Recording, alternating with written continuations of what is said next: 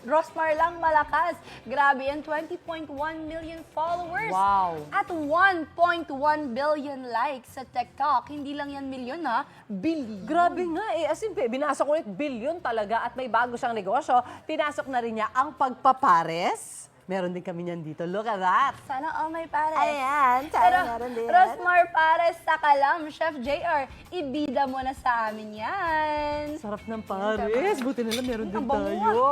Yes, Shuvi, Ma'am Suzy, a blessed morning pa rin sa inyo dyan. Mukhang enjoy na enjoy kayo sa Paris nila dyan, no? Eh talagang solid TikTokerist, vlogger, and CEO, Ma'am Rosmar. Paano ka ba nag-umpisa sa pagninegosyo? Simula elementary pa lang po ako, super hilig ko na nagbebenta ako sa school ng ice candy. Nung high school naman, reviewer ko kasi nga ano ko noon first honor ako sa classroom. Ba? So, binibenta ko 50 pesos. Section 1, kaway-kaway sa mga rocker dyan, mga taga-salba sa atin. Tapos nagbebenta, pinapaserox nila yung 50 pesos. Tapos nagawa po ako ng project, 150, ganun. Tapos nung nag-college na po ako, doon na yung time na punta ako ng Divisoria at Quiapo. Yun na yung time na bumibili ako ng mga pang buy and sell. At talagang, so at the very early age, talagang in-expose mo na yung sarili mo sa pagninegosyo. Ultimo po yung dati, nagre-repack ako ng mga dog food. Pinapasan ko yun sa likod ko as in, nung college po ako habang nag-aaral ako. Tapos nakikipag-meet up ako sa LRT, nagbebenta Talaga? ako per kilo ng mga dog food ko, ganun. Lodi. Sama nyo na yan. Certified Lodi talaga. Tapos, paano naman, I'm sure, kasi ang laki na nung reach mo eh. Pinapaulit-ulit natin, more than 20 million followers sa TikTok, 1 billion likes. Tapos, syempre, ano yung benefit nito dun sa mga ventures mo, sa mga negosyo na pinapasok mo? So, ayun po, hindi ko na po kailangan mag-hire ng mga endorser, mga influencer, mga artista. Totoo. Kasi mas iba pa rin pag sarili mo yung promote, Yes. mas talagang porsigido kasi sarili mo yun. And at saka, syempre, yung quality kasi nun, since ikaw na mismo yung nagpo-promote, ikaw na yung endorser, Yes. nakakasigurado yung mga consumers mo, mga Ako kliyente na, mo ako na. talaga yung user, ako talaga yung gumagamit, ganun. And eto nga, dagdag doon sa napakaraming negosyo ng Yes. ating TikTok star, eto ang kanyang Pares Overload. Paano naman napunta sa Pares yung negosyo mo? Kasi kung alam niyo po yung nagba-viral na si Diwata, super na-inspired po talaga ako sa kanya.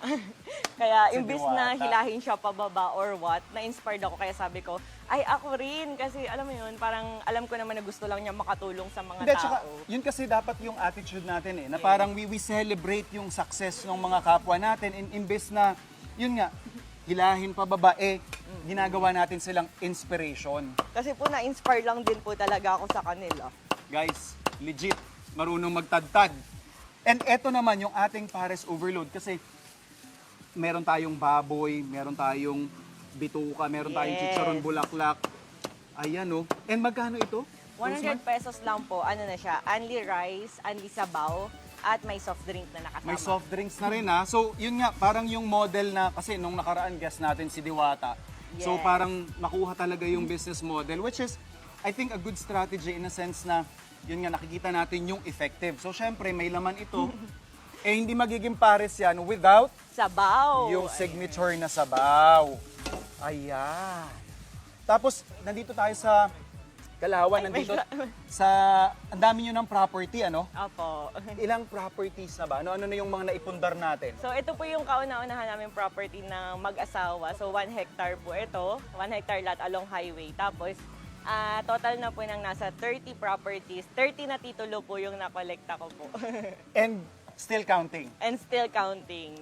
Apparently, marami pa tayong mga ventures na pinapasok within Laguna at iba't ibang parte ng Yes, Pilipinas. Ano? Batangas, Tagaytay, Manila, and Laguna.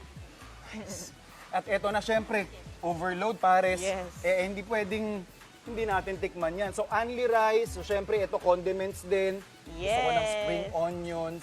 Only garlic, only chilies, calamansi, ano? Ay, chili, Diyos ko, kahit Lord. ano po talaga, only talaga. At saka may soda patang kasama, no? Yes, opo. At eto naman, Diyos ko po, bukod doon sa pares na makakain nila dito sa resort ninyo, only rin Yes. ang access sa amenities. Yes, only swimming po kami. So, pwede kayo mag-swimming as long as kakain kayo dito sa atin. Oh, Diyos ko po naman. Ayun o, nag-enjoy po sila ng sobra. For 100 pesos naman, di ba? Parang sulit na sulit na.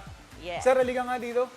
Si Sir ang aga-aga talaga namang parang serena na dito na lumalangoy. Sir, kamusta naman ang experience mo dito sa resort ni Ma'am Rosemar? Okay naman po. Nakapag-Paris ka na ba? Nakapag-Paris Bawal na rin mag-swimming nang hindi pa nagpa-Paris, ha? Paris na rin po. Nakakailang Paris ka ba sa isang stay mo dito? Ano po, pagka po talagang gutom, nakakatatlo hanggang 4 na sabaw ako dito. 3 hanggang 4, Diyos ko Lord. Eto, yan, solid ha.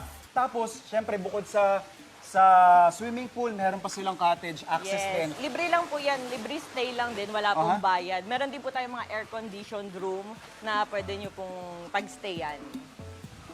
Kasama yun? Yes. Meron tayong beer pong area. Libre lang din yun. Tapos meron din po tayong mga playground.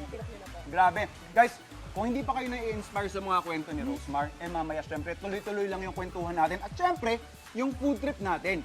Dito lang, sa inyong pambansang morning show kung saan laging una ka. Unang hirit!